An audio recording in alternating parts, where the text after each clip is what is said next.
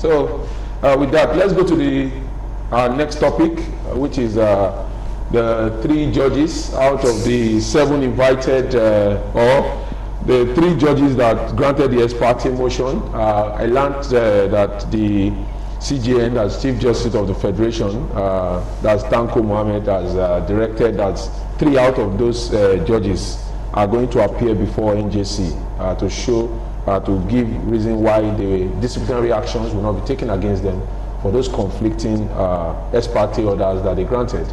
I think this is because we did discuss here when we had that conflicting decision by Federal High Court, first of Rivers, later KB, later Cross River, another one in Jigawa, another one in Anambra, Imo too. So, yes, the Chief Judge invited them. Out of the 7 judges he met, the Chief Justice, he invited them. Out of the 7 Chief Judge of the states that he met with, I think they came out with the fact that 3 of those judges that granted that bill will answer for that. So of course, it's not the chief judge that will answer for no, those judges, the 3 judges. Yes, yeah, I wish. But just that the chief judges appeared before. Of course, yes. They are the ones. They are the head of the courts there in their state. So they should be someone first, and they are the ones that will now direct and streamline to the specific judges that carry out those actions. But you see, I wish the judge and the lawyer who also moved the ex parte motion, which the current CJN benefited from when Onoge was removed, is also summoned. Because this CJN is a product of an ex parte order that was moved by a ghost. You remember when Onoge was removed? That ex parte order till today, it has no lawyer, no name of the lawyer, and then the Code of Conduct Tribunal that granted it. Okay, I think they should summon the panel too, because if we want to take care of rot, we should do it holistic. And then the CJN that is presiding over everything. Okay. Because he that comes to equity must come with clean hands. Have we forgotten? I like to approach it from that route before I comment on the current situation. Okay, because you cannot be a beneficiary of a rotten system and preside over cleaning it up. It's like taking a poisonous leaf to a purification feast. And that should not be done. Now, as to the judges who did that, if you look at the first order that was given from Port Harcourt, the question that should be put to that judge is, what is an ex parte motion? What is the essence of an ex parte motion? An ex parte motion is granted under emergency, or is brought before a court under an emergency situation to preserve the rest. If something is going to be destroyed, or something is going to be taken away, you bring an ex parte motion. You don't put the other party on notice to tell the court that if you don't grant a restraining order, this thing will be taken away. Before we look at the substantive suit, then you'll grant it.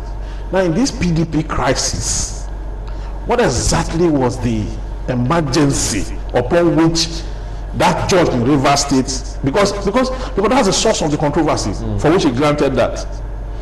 Then the bigger blame goes to the judge in Kebbi, who, if you look at the application there was a stay of execution of the order in Rivers. So what it means is that the Kebbi High Court was sitting on appeal over a case of the Rivers State High Court on which they have concurrent jurisdiction or coordinate jurisdiction.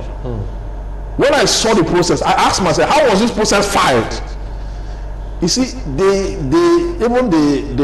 apart from the judge, the ACR, the registrar, and then the people who allow that matter to be filed, because it is an appeal against a state high court order. Coordinate jurisdiction. So how was it filed? Because I know that in Lagos State they will look at your process. They will advise you at the point of filing that you cannot file something like this. But it sailed. From there we move to Calabar. From there that's how we're moving all over the place. And we are making a mess of the judicial system. So I think they should face the NJC and then Part of what the NJC should also look at is how are our judges recruited? How are they recruited? Most of them are recruited from political. One of your colleagues said it last week. Yeah, many of them are recruited from quota system, political influence, and the rest of it.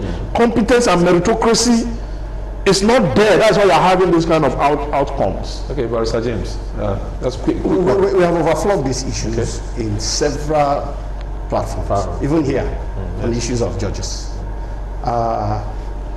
We can't but continue shouting. We can't. Like my brother said here, ex parte orders have been, the man that is summoning the 3 judges, how will he look at them in the face and talk about ex parte order?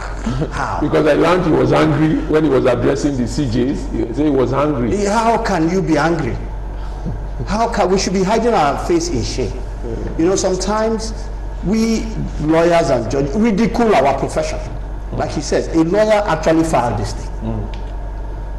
A judge looked at this thing, or the ACR looked at, or the admin judge, not even the ACR, the admin judge, because it goes, it's a process. You file at the registry, before it is assigned, it goes to admin judge who is going to assign, and the admin judge will actually look at it in Jigawa for a matter in Port Harcourt.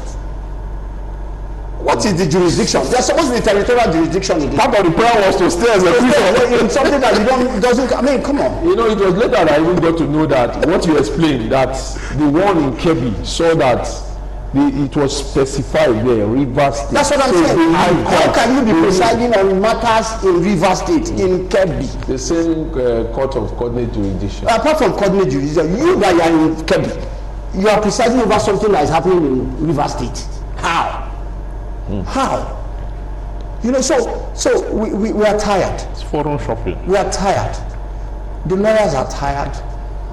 That's the lawyers that are genuinely doing this work. They are tired. We are tired of people giving us bad name in the judiciary and in the practice.